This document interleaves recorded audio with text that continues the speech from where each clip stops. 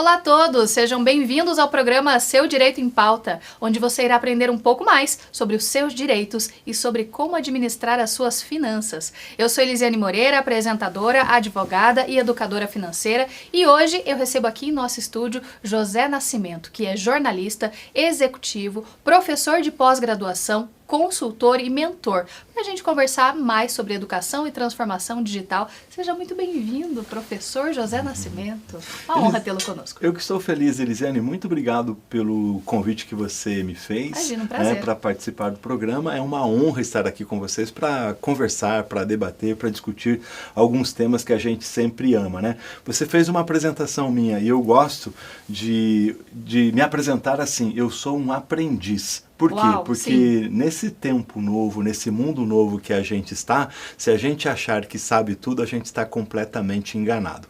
O Alvin Toffler tem uma frase que ele fala assim, que o analfabeto do século XXI não será aquele que não souber ler ou escrever, mas aquele que não sabe aprender, desaprender e reaprender. Então a gente aprende o tempo todo, a toda hora, com todo mundo. Aliás, eu já conheci um pouco da sua história e do Carlos, que história fantástica, né? De reinvenção, de transformação pessoal, profissional, né? Verdade. É muito bonita, parabéns. Já começamos assim o programa com várias lições, então você já viu que está imperdível. Olha, mais uma vez agradecê-lo aí pela presença e já gostaria de começar perguntando o que despertou essa sua paixão pela educação, pela tecnologia, como que você decidiu seguir por essa carreira tão bonita? Elisiane, eu tenho 3 paixões na vida. A primeira delas é Deus, a segunda delas é a comunicação e a terceira paixão que eu tenho é a educação. E pela educação, essa paixão veio da minha infância. Recente, eu comecei uma aula, um curso de mestrado, e no dia que eu iniciei a aula, eu fiz um flashback na minha vida. E como se Deus me levasse lá para o meu passado e dissesse assim, olha de onde eu te tirei. Eu sou um ex-boia fria que virou diretor de empresas, para dizer para outras pessoas, para jovens, que sim, é possível, vai dar certo, mas depende muito de você. E a minha paixão por educação começou com a minha irmã, Eliane Cristina.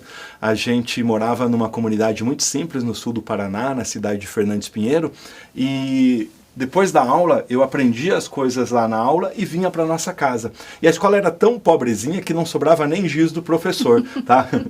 E eu pegava carvão do forno a lenha lá da minha mãe, aquele pão caseiro maravilhoso, e a gente lá no fundo do paiolzinho que a gente tinha, eu alfabetizei a minha irmã. Daí que vem a minha paixão por educação. E comunicação, Nascimento.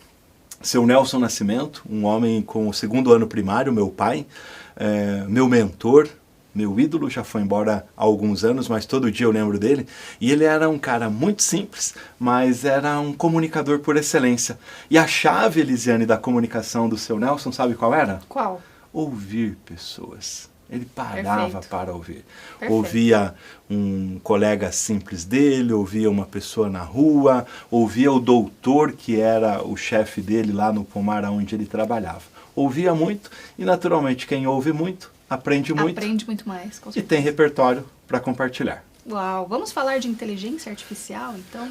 Vamos lá. Quais são os principais desafios que os gestores hoje enfrentam ao integrar inteligência artificial, a IA, nas suas operações, na sua rotina diária?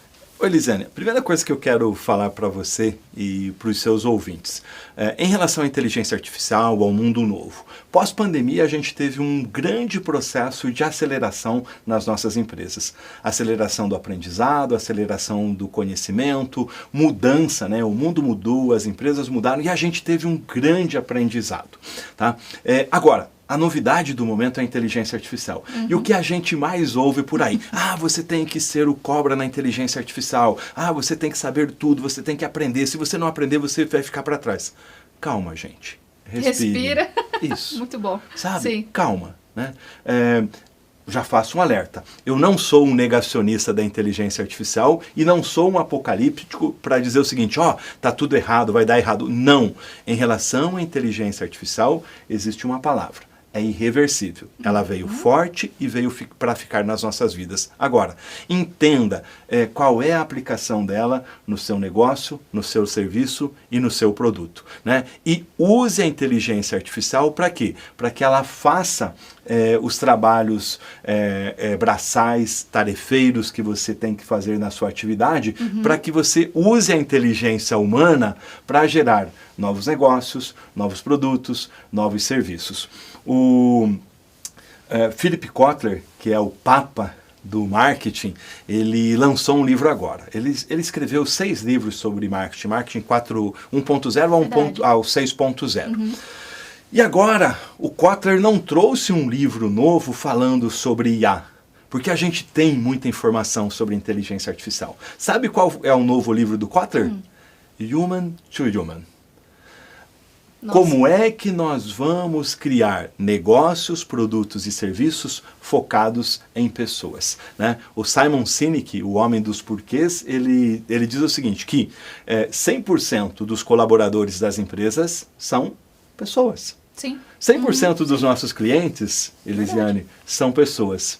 Se você sabe lidar com pessoas, você tem 100% de chance de se dar bem no mundo dos negócios. Então, assim, como é que a gente vai usar a inteligência artificial para que ela facilite, agilize os nossos processos, agilize as nossas vidas, né? Mas usar a inteligência humana para exponencializar, né? Isso. Entender melhor o cliente, conversar, dialogar, aprender, né? A grande arrogância do empresariado nesse momento, principalmente aquele que cresce muito, é não parar para ouvir os seus clientes e não parar para ouvir os seus colaboradores. Perfeito. Tem um ouro, Elisiane, muito grande, né, dentro da mente do ser humano. Basta que a gente ouça o outro. Perceba o seguinte, né? Hoje os grandes donos dos unicórnios, das grandes empresas, você e o Carlos têm convivido com essa massa de gente no Rio, em São Paulo, aqui em Curitiba mesmo, e você vai conversar com eles e eles têm uma coisa que é sensacional. Simplicidade. Verdade. E eles não têm vergonha de falar aonde eles erraram, não têm vergonha de falar os problemas que eles tiveram. E quando eles param nesse grau de simplicidade para dizer assim, fale mais, conte mais, explique mais, eles estão aprendendo e criando novos negócios e novos serviços. Perfeito. Nascimento, eu gostaria que você trouxesse mais sobre o que a gente vai encontrar nesse livro, uma obra incrível, eu já tive a oportunidade de ler, inclusive, Entre Drones e Dinossauros, que fala exatamente, tem várias colaborações aqui, de vários profissionais, fala exatamente sobre esse momento que a gente está vivendo, essa transição e a IA e tudo mais, mas que o mundo já mudou, ele não está mudando, ele já mudou e ele vai continuar nessa evolução, como você bem disse, é irreversível, né? O que a gente encontra nessa obra? Elisane, esse livro ele é um resultado de um pouco do meu exercício de vida, né? Eu falei que eu sou um ex-boia fria que virou diretor de empresas e me formei em jornalismo, fui diretor da Globo, fui diretor da Record, há 15 anos dou aula em pós-graduações. E o que aconteceu com o jornalismo? Uma reinvenção. O que aconteceu com o rádio que eu amava mudou. O que aconteceu com o jornal impresso não existe mais. O que aconteceu com a televisão, que eu sou apaixonado por esse veículo, virou YouTube, virou redes sociais. Enfim, o mundo muda o tempo todo, a toda hora, né? E nesse livro a gente fala sobre ambidestria, sobre essa capacidade que você tem de adaptação e readaptação. Eu tenho 56 de idade e ao longo da minha vida, quando eu aprendia, por exemplo, datilografia, o pessoal vinha e dizia o seguinte, chegou o computador. Agora é outra coisa. Eu aprendi fotografia, eles disseram agora fotografia digital. Eu aprendi a usar o fax e o telefone antigo e eles disseram agora é o telefone celular. Eu aprendi a usar as redes sociais e as pessoas dizem o seguinte, Nascimento agora é inteligência artificial. Então, nesse livro é uma combinação dessa jornada minha de vida. Eu coordenei esse projeto juntamente com o professor Alexandre Conte. A gente chamou mais 22 autores, onde a gente fala sobre ambidestria, fala sobre marketing, fala sobre carreira, fala sobre liderança, fala sobre transformação digital. Enfim, a gente fez uma outra coisa super legal. Lembra quando os nossos pais entregavam um livro pra gente e diziam assim, leia rápido e leia o livro inteiro? Sim, exatamente assim.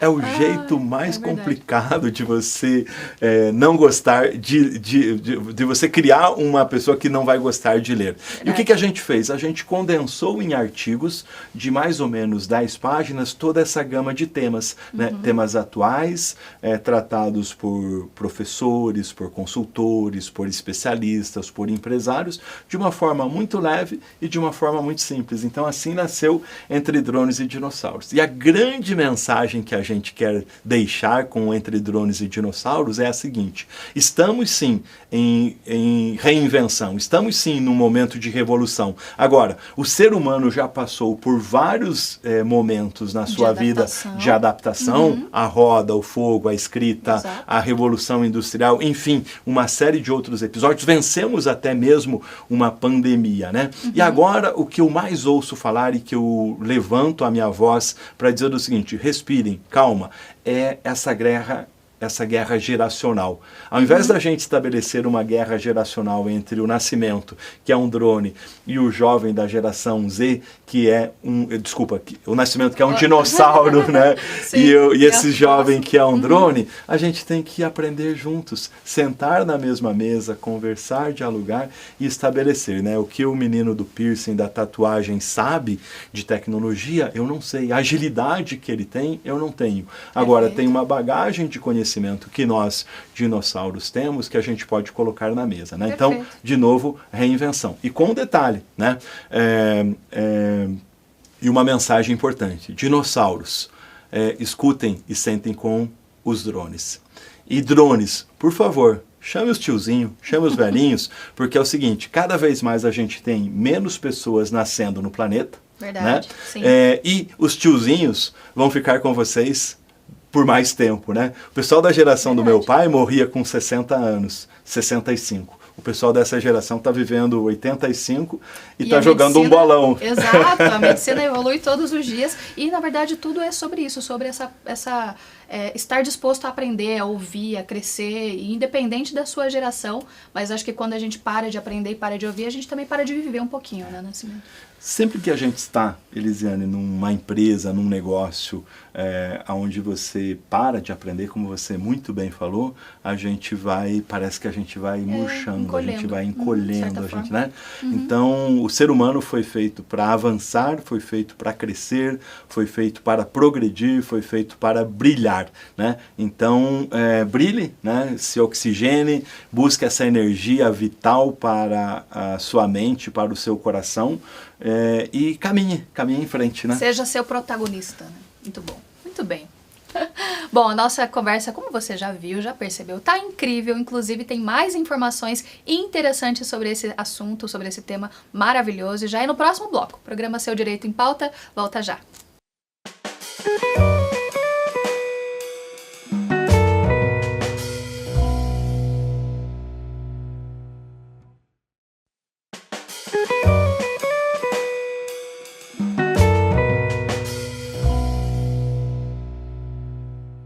Olá a todos, sejam bem-vindos novamente ao programa Seu Direito em Pauta. A conversa de hoje é com o José Nascimento, que é jornalista executivo, professor de pós-graduação, consultor e mentor, para conversarmos sobre educação e essa transformação digital. Obrigada novamente, José Nascimento, pela presença, viu? Tá sendo incrível. Eu que estou gostando muito, estou aprendendo, né? Essa conversa ela é muito importante, né? Verdade. Você que está aí do outro lado, faça isso também, né? Entre na conversa, participe. Ativamente, né? Ativamente, que eu acho que isso é muito importante. O conhecimento, a chave do conhecimento é isso, né? É isso aí. Esse diálogo, essa conversa é uma coisa que a gente gosta. Muito bom. Eu já quero abrir o segundo bloco falando sobre o líder 7.0. Então, como que você definiria esse líder 7.0 e quais são as características essenciais para liderar efetivamente na era da IA?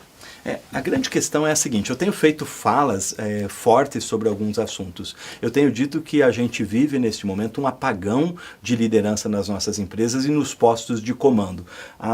O meu amigo José D'Amigo Neto, ele diz assim, que tem um blackout na liderança das empresas, e isso é muito triste. Sim. A gente perceber. Verdade. Nós temos pessoas tocando empresas e negócios que estão gerando ansiedade, ansiedade, burnout e depressão. E quando, não raro, até mesmo suicídio dentro das empresas. Sim. Empresas foram feitas para gerar grandes resultados para os acionistas, gerar receita, deixar os seus acionistas naturalmente que mais ricos, mas a que preço? Né? Então, nesse momento onde a gente fala muito sobre a aceleração da tecnologia, da transformação digital e até mesmo do emprego da inteligência artificial, nós não temos que entrar numa paranoia de dizer o seguinte, a IA vai acabar com os nossos empregos. Nós temos que criar o nosso emprego do futuro. Isso. Eu tenho falado que a minha profissão do futuro eu estou criando agora, por toda essa jornada que eu já passei, como a gente falou no bloco anterior. Sim. Quantas coisas mudaram nas nossas vidas? Você vem de banco, e eu lembro quando eu entrava numa agência bancária na minha cidade e que tinha lá 70 pessoas trabalhando. Hoje você entra em qualquer agência bancária, no máximo que ela vai ter de 7 a 10 pessoas. Perfeito, gerente virtual e tudo mais. Isso e hoje você tem o quê? Praticamente um banco dentro do teu smartphone. Exato. Ou no teu cartão, né? Então, transformação e mudança. Eu tenho feito um trabalho para uma fintech paranaense chamada J17 Bank, né? E que é um banco que não tem agências. Totalmente digital. Totalmente digital. Uma tendência, né? Que não tem mais, um caminho que não tem mais volta, né? Uma tendência que veio para ficar, realmente. Exatamente, né? E nesse sentido, a gente falou um pouquinho dos livros, né? Na abertura do meu capítulo aqui, Líder 7.0 e Ambidestro no Mundo Disruptivo, eu trago uma frase provocando justamente para essa visão de quem é esse novo líder. E tem uma frase do Minosh Shafik, que é diretor da London School, que ele diz o seguinte, que no passado os empregos dependiam dos músculos, agora dependem dos cérebros. E no futuro vão depender do coração. Uau! Quanto mais humanizada for a sua liderança, a sua companhia, quanto mais empática, quanto mais cidadã, quanto mais solidária, quanto mais colaborativa, de novo, as lições da pandemia, né? Mais essa empresa vai ter conexão internamente com os seus colaboradores, gerando grandes resultados, tendo ambidestria, resolvendo o problema da meta do presente, né? Te ajudando a vender, te ajudando a convencer, a defender o seu produto, mas acima de tudo, fazendo ativar o que o Sandro Magaldi e o José Salib Neto, autores brasileiros, chamam de motor 2, que é o motor da inovação. A empresa tem que estar e resolver problemas no presente, mas ter um olhar de antecipação, uma visão do futuro. Isso, você só consegue isso como? Tendo líderes... Uma liderança efetiva e humanizada. Perfeito. Humanizada. E Nascimento, líder 7.0, mundo 6.0, é para lá que eu vou. Anotações, crônicas e reflexões em tempos de pandemia e o novo normal. O que a gente encontra nessa sua obra publicada, Nascimento? Que legal. Eu tenho um trabalho, Elisiane, que é relacionado ao empreendedorismo e à inovação. Muito antes de se falar nesse tema com profundidade, com a paixão que nós temos hoje, eu já trazia a questão do empreendedorismo a partir de uma pós-graduação que eu fiz em São Paulo com a Babson School. E eu falei o seguinte, eu venho da roça, né? Fernandes Pinheiro. Sim. E eu ia assistir as grandes palestras quando eu estava nas empresonas, na Globo, na Record. Eu fui assistir uma vez o Rancharan, tá? Que é o papa da estratégia, da gestão, o indiano, ao som do Milton Nascimento. E eu falei, maravilha, quantas anotações eu fiz. E sabe o que eu pensei? Como é que as pessoas de Fernandes Pinheiro, de Florestal, vão ter acesso a essa informação? E aí passei a usar as redes sociais para divulgar, para falar de empreendedorismo e de inovação. Comecei com textos, e eu sou apaixonado por TV, por vídeo, e aí eu falei, olha, agora eu vou começar a entrevistar e ouvir pessoas. E aí comecei a ouvir pessoas através do projeto Top de Gestão. Ouvir empresários, eu falo assim, que... Desde a Angel, que é a menina que vende pizza aqui em Curitiba num food bike, ao Mário Gazin, fundador do Móveis Gazin, eu ouvi todas essas pessoas. Ouvi o Alfonso Voit, ouvi o Daniel Scandian, muitos pequenos e grandes empresários contando as suas histórias. Aliás, falando do Mário Gazin, eu tive a honra de escrever agora, recentemente, o prefácio do novo livro do Mário Gazin, que é A Roda Gigante da Vida. E essas histórias inspiradoras, elas mexem, Elisiane, comigo. Quem é o Mário Gazin? De novo, é possível. Eu estimulo você que está do outro lado a empreender, a criar o seu negócio. Mário Gazin é um ex-padeiro, é um ex-sapateiro e um ex-trabalhador rural que vendeu um Jeep que ele tinha para montar a sua primeira loja. Recente, conversando com o seu Mário, eu perguntei para ele, seu Mário, número de lojas? 350. Número de funcionários? 13 mil. Uau. Faturamento, Elisiane, Uau. você que conhece números, 9 bilhões. Bilhões. Importante. Um Uau. improvável. Incrível. E a gente conversava até fora do ar sobre o jeito simples que ele não perdeu. Né? Mesmo com esse faturamento monstruoso, mas ele continuou falando até os números ali de forma simples. Exatamente. E tudo mais, né? Sem se ele falou para mim, quanto está faturando, seu Mário? 9 bilhão, né? E ele me honrou com um convite muito especial para fazer o prefácio desse livro, né? E em Mundo 6.0 eu peguei todo esse repertório, todas essas histórias, do Ebanks, por exemplo, do Alphonse Voigt, e na pandemia eu estava lá, como todo mundo, nervoso e preocupado. Sim, ansioso e tudo mais. E veio uma voz no meu ouvido, escreve um livro. No outro ouvido veio, mais um que você não vai terminar? E aí eu concluí Mundo 6.0 é para lá que eu vou. Então ele veio da pandemia, na verdade, do novo normal, por isso que você até deixou ali o novo normal e tudo mais.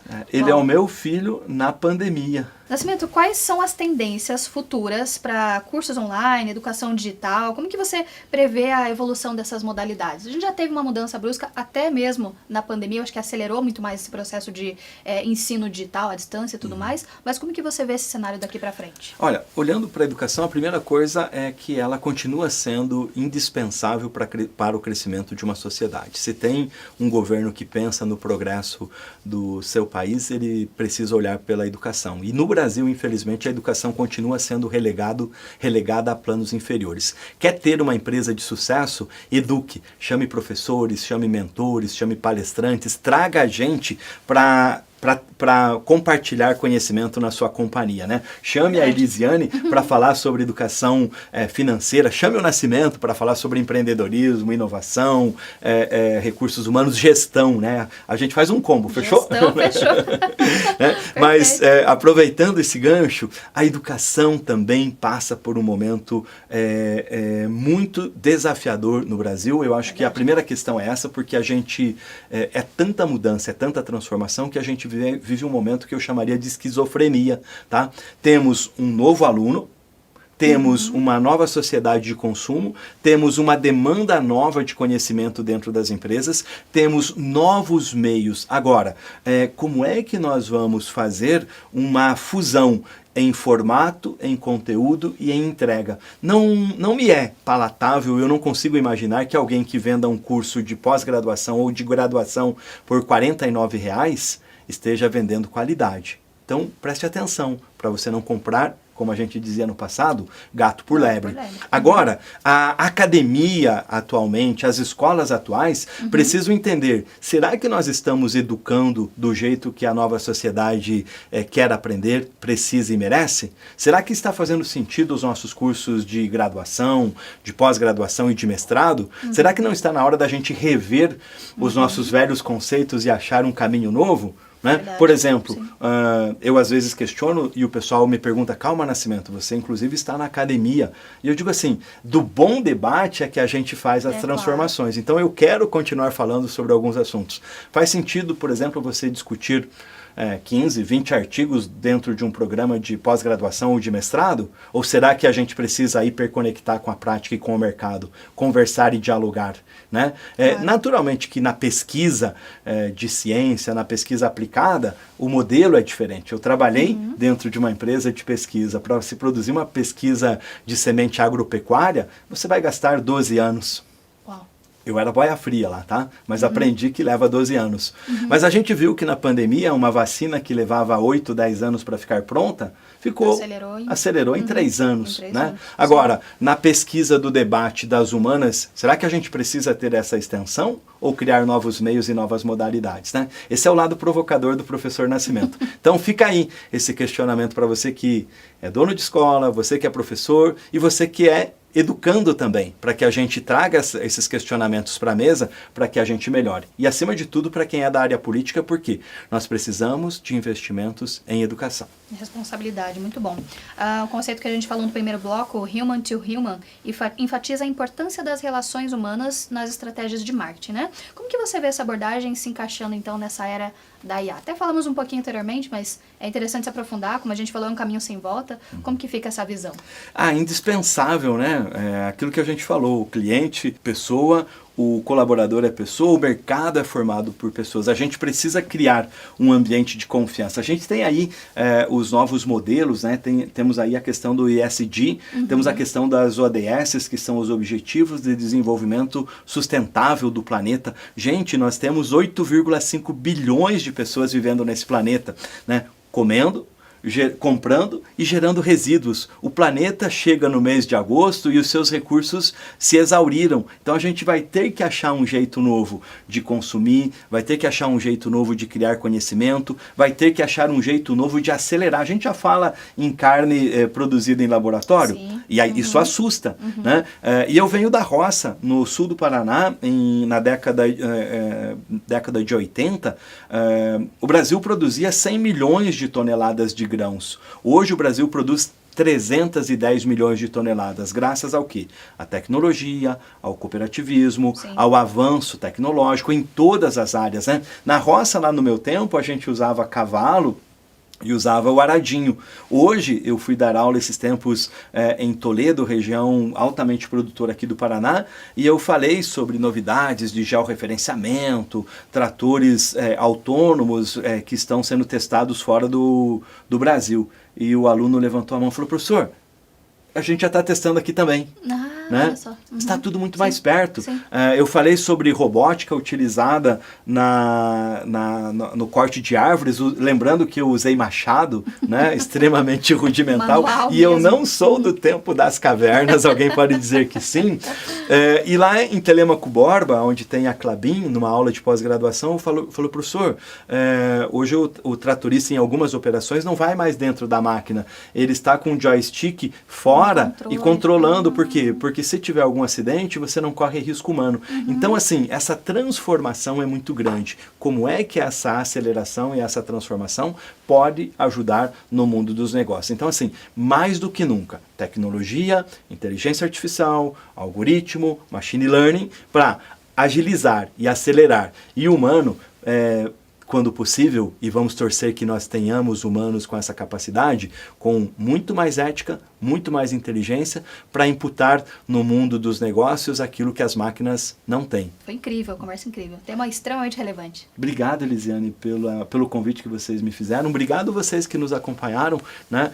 Quero aproveitar para agradecer também aos nossos apoiadores, CF Home Design, com esse mobiliário incrível que deixa ainda mais aconchegante aí o nosso cenário, e a Quadro Shop, por esses quadros belíssimos que enfeitam e embelezam realmente o nosso cenário, a mais completa loja de quadros de Curitiba. Agora um recado para você que é empresário: sabia que a sua marca pode aparecer aqui no programa? Sabia que o seu negócio, a sua empresa, eles podem estar conosco através de parcerias, apoio e cotas de patrocínio? Como fazer isso? Só entrar em contato através dos endereços que aparecem agora no vídeo. Gostou desse programa? Então nos siga nas redes sociais, no Instagram Seu Direito em Pauta, como aparece na tela para você agora, e também no nosso canal do YouTube, onde você pode conferir esse e outros episódios. Seu Direito em Pauta, porque a informação é a sua maior aliada. Nós nos vemos na semana que vem. Até lá!